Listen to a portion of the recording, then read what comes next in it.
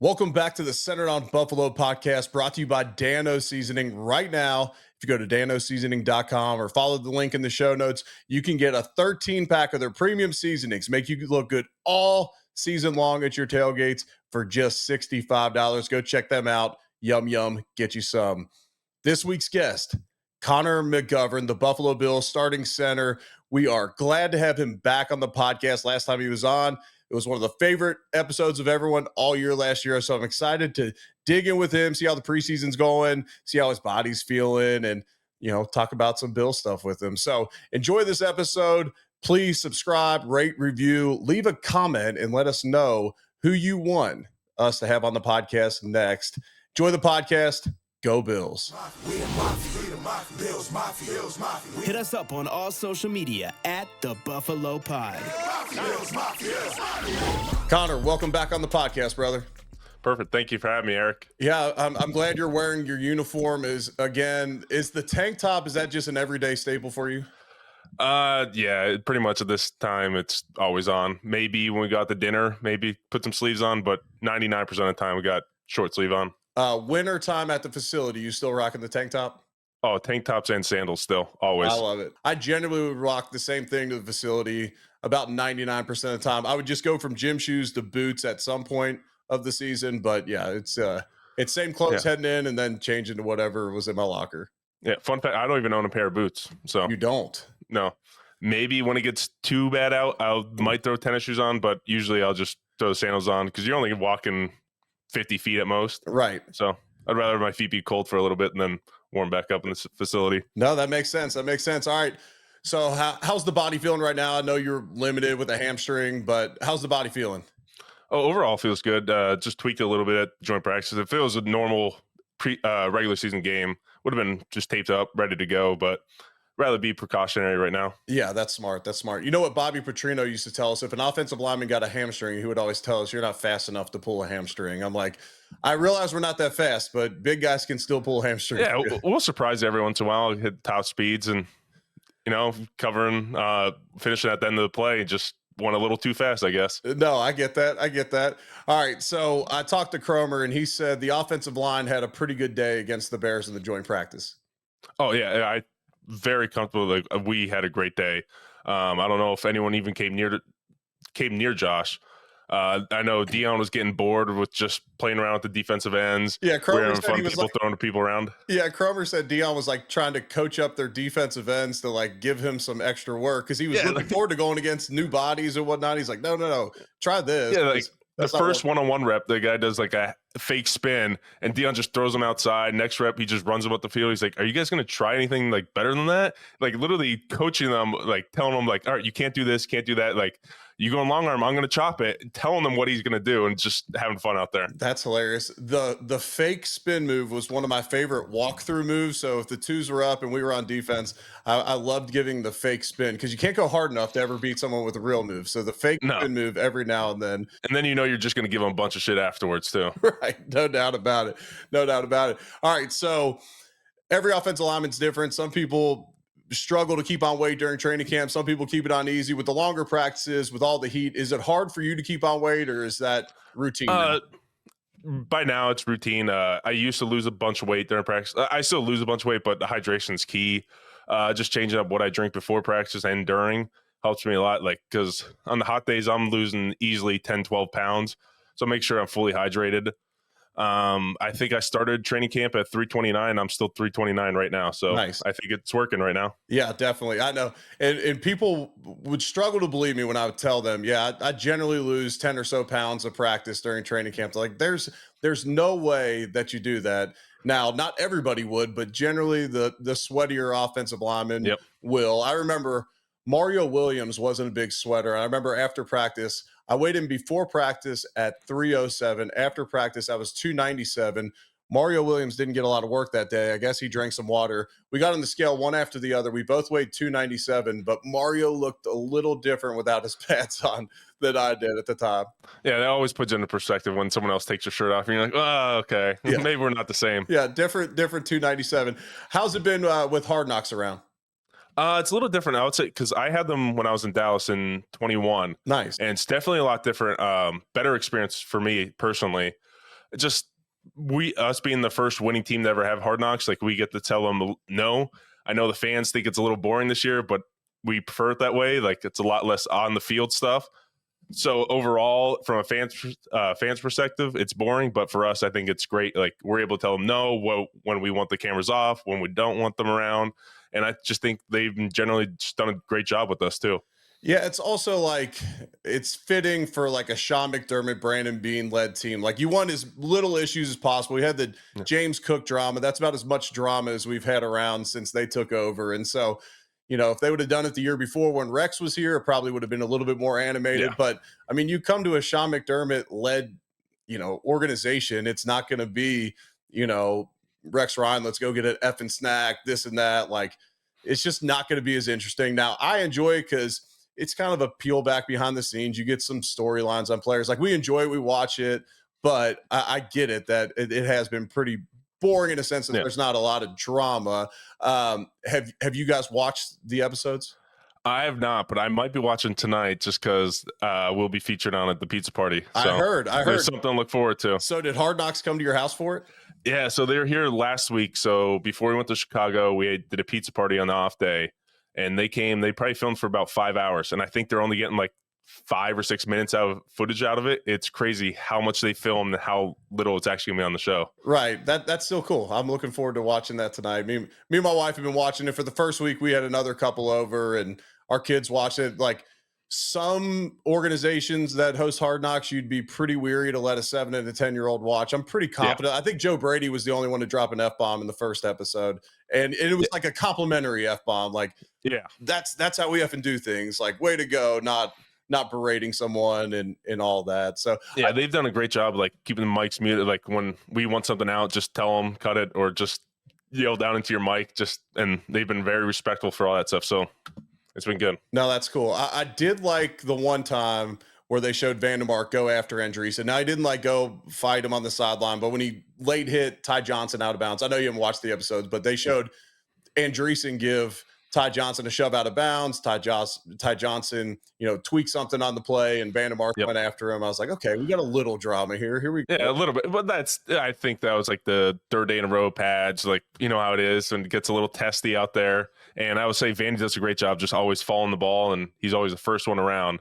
And you know how it is on offense. If there's anything late, you're right there for your boys. Yeah, you got to be the protectors out there. And yeah, and Hard Knocks does a good job setting it up because I'm sure this didn't happen like one after the other, but it was like Sean McDermott or Bobby Babbage was like, we got to be a more physical defense. And then immediately they show Andreessen hitting Ty Johnson. It's like, I'm pretty There's sure. probably a couple days in between things happen, but clip it together and it looks good. No doubt. All right, so you got a little work in the first preseason game. Doesn't look like, the starting offensive line is going to play the rest of the way in the preseason. What's your thoughts on getting reps throughout the preseason?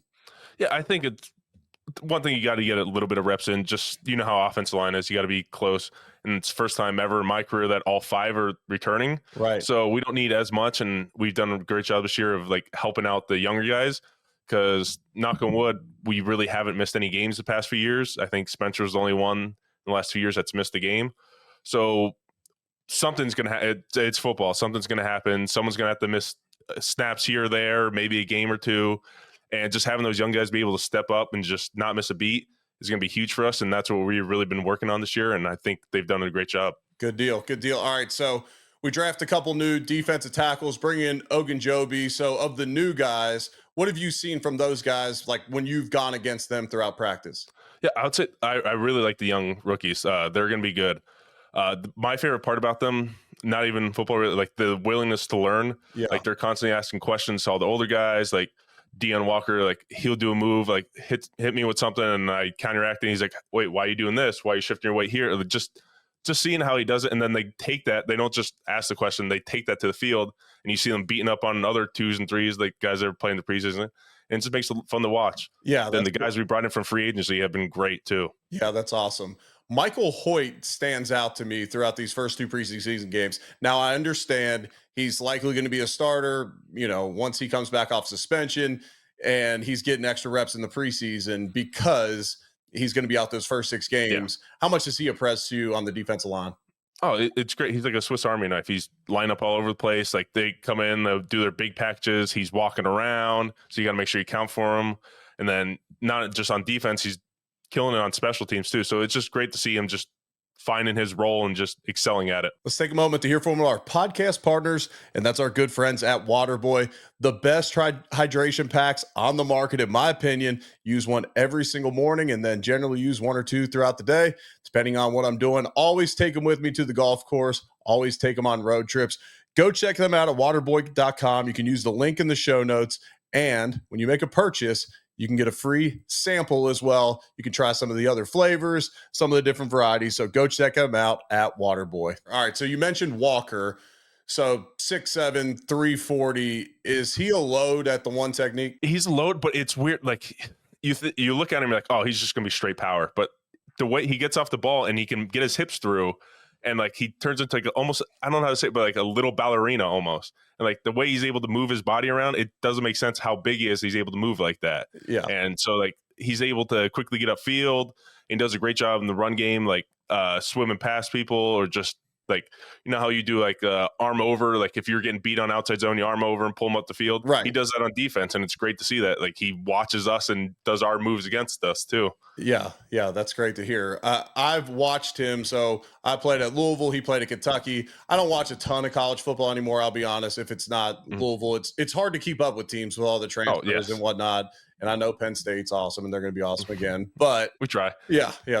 Franklin's got it rolling over there. But Walker was a dude who stood out to me, and Harrison as well, because I noticed him when he was playing for Kentucky and playing against Louisville as well. But DL Walker stood out on a college football field. He stands out on an NFL field as big as he is, but he really stood out in college. So I'm excited to see if he can get that back right and then get some strength back in his legs. Just, he talked about it. Like he couldn't lift on the lower body last year and all that. And he's a guy that could, in my mind, could be a steal coming out of that fourth round. Oh, I for sure think he's going to be a steal this year. Not just this year, but down the road. I think once he gets more comfortable, he's took a lot of snaps on Sunday, just getting him in used to getting in football shape. I think it's really going to help him, and I think he's going to do great. Yeah, for sure. What was Sean's message in the locker room coming out of the Bears game? Because look, I'm now in the media. I got to talk everyone off the ledge. Like, it's all going to be okay. What was Sean's message to the team? Big thing. It was preseason, but that wasn't us. Like that wasn't who we are as the Bills. That wasn't our identity. And just got to get in, learn from it. Like he made it clear that just because the ones aren't in there, like everyone, you have something to play for. Like it just wasn't us. And he didn't come in hooting, hollering, screaming at us. Just take a step back, just take a deep breath, and we're going to be fine. We're going to learn from it. Might not look like it, but we grew as a team this past week. From the joint practice, just going to Chicago, guys got closer as a team, got better overall. Not what we wanted on Sunday, but I think we're going to grow from that and be a better team overall. No doubt about it. And sometimes as a young player, and I said this on X or whatever, I'm like, look, you get humbled earlier in your career, and it happens all the time. I mean, my very first preseason game I played in, I had 3 practices prior, and I mean, I looked like a dog out there. I mean, if X or Twitter was around at the time, if Pro Football Focus was around at the time, I would have been the laughing stock of the draft picks. But instead, I just learned from it, and I'm like, okay, I can't be as aggressive in pass protection if it's a 5-step drop. Okay, we'll set back off the ball. So we were prepping to play the Titans in the Hall of Fame game, and I thought I was going against Haynesworth. I was no longer going against Haynesworth. They put a backup defensive end against me who no one knew about. Well, it ends up being... And you don't have film on. That's the hardest thing about there's no film. Yeah, and he ends up being Jason Jones, and he plays for, 8-9 years in the league. I'm like, well, it didn't look as bad later that I got smoked by a defensive end that I had no film on, and he was playing a 3 technique. But all that being said, looking around the league right now, who would you rank as the best or a couple of the best nose guards, obviously not on the Bills roster? I think easily number 1 goes to Dexter Lawrence. That he's just a manimal against boys out there. Like just the things he's able to do and how he moves. Other than like, there's a couple sneaky ones out there. I think this year he's going to take a big step up. Sweat from Tennessee. Last year he showed flashes. He's basically 400 pounds. Massive human being, but he can also move. So I think he's going to take a huge step. McNeil from Detroit, when he comes back, he'll be healthy. He'll be ready to roll too. I always had fun going against him. Just like he seems like you get out there and he's smaller compared to everyone else, but he's got this power to him that also this elusive like quickness too. Yeah, that's the combination. And you mentioned with all three of those guys, it's like the combination of being fast but also big is what make it tough. That's what makes it tough on interior. You don't know if you're going to get the speed or the power or what they're going to do. Right. And then I remember like early in Aaron Donald's career, Geno Atkins was kind of like this too. They're so small that you don't give them credit for the strength, and then they run right through. You're like, okay, this guy also this guy might not even weigh 300 pounds, but you're gonna feel it. Oh yeah. Grady Jarrett, who's on the Bears, I saw him out there on the field the other day. He used to be he's getting older now, but early in his career, I played him early in his career. He's good. I played him when I was a guard, a 3-tech, and that hump move he has, that's for real. He's got the hump move, and me and Cromer were talking about this before the game. He would line up in it like an angled shade. Well, I'm like, he's essentially a one technique. Like if we're running outside zone, he's going to run straight up the field and I'm likely not going to get to him. And, so our offense coordinator at the time did not want to help with the guard. So I'm like, all right. So I just tell my guard, I'm like, give me a 6-inch split here. Just turn him into a true shade. Just try to find something to do. Yeah. No doubt about it. All right. We're going to get into the rapid fire questions brought to you by Dano's Seasoning. First off, last year you got a Dano's seasoning package. Did you try it out on your cooking? Oh, my favorite out of that pack, the seasoning one. Yes, by far. So what I like doing, I like putting on soft pretzels. Ooh. It's a game changer. Try that out. Yeah, the seasoning is legit. I use that one all the time. All right, you guys were in Chicago. You're a pizza connoisseur. Did you try some Chicago pizza?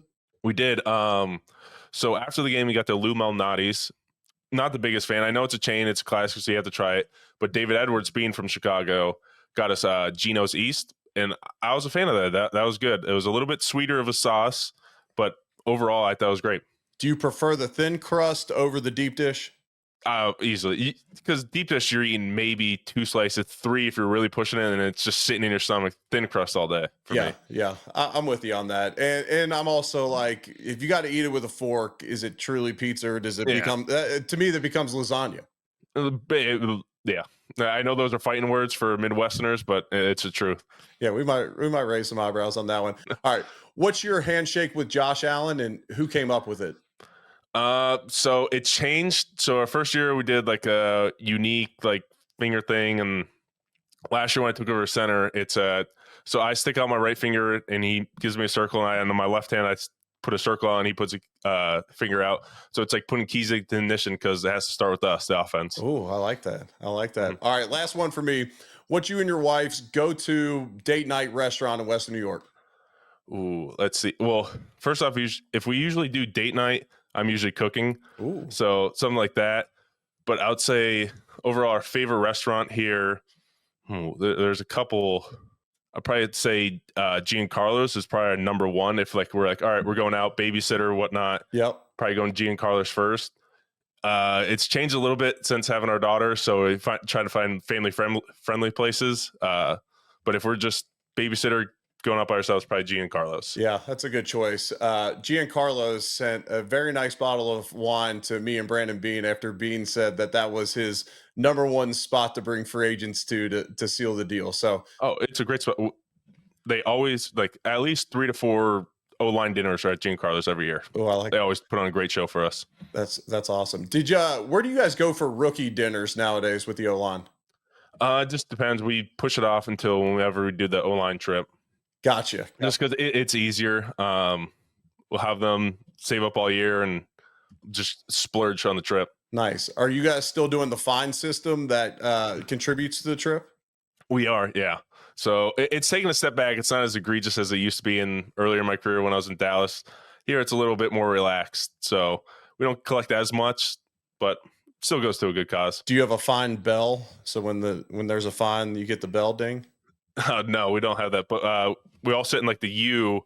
So if something happens, someone calls out, and then we pull up and say, all right, present your case in front of the judges, and the person's got to make a case, and then whoever the fine's against can defend themselves. So we make it a little fun. Nice. So for those listening out there, traditionally in NFL offensive line rooms, you have some fun with some fines. It might be jumping off sides. It could be just being sensitive. It could be missing an assignment. Yep. I'm going to mail you a bell. So I made these popular throughout my NFL career. I was sending them around to other centers throughout the year. So it's like an old school, like just ding bell.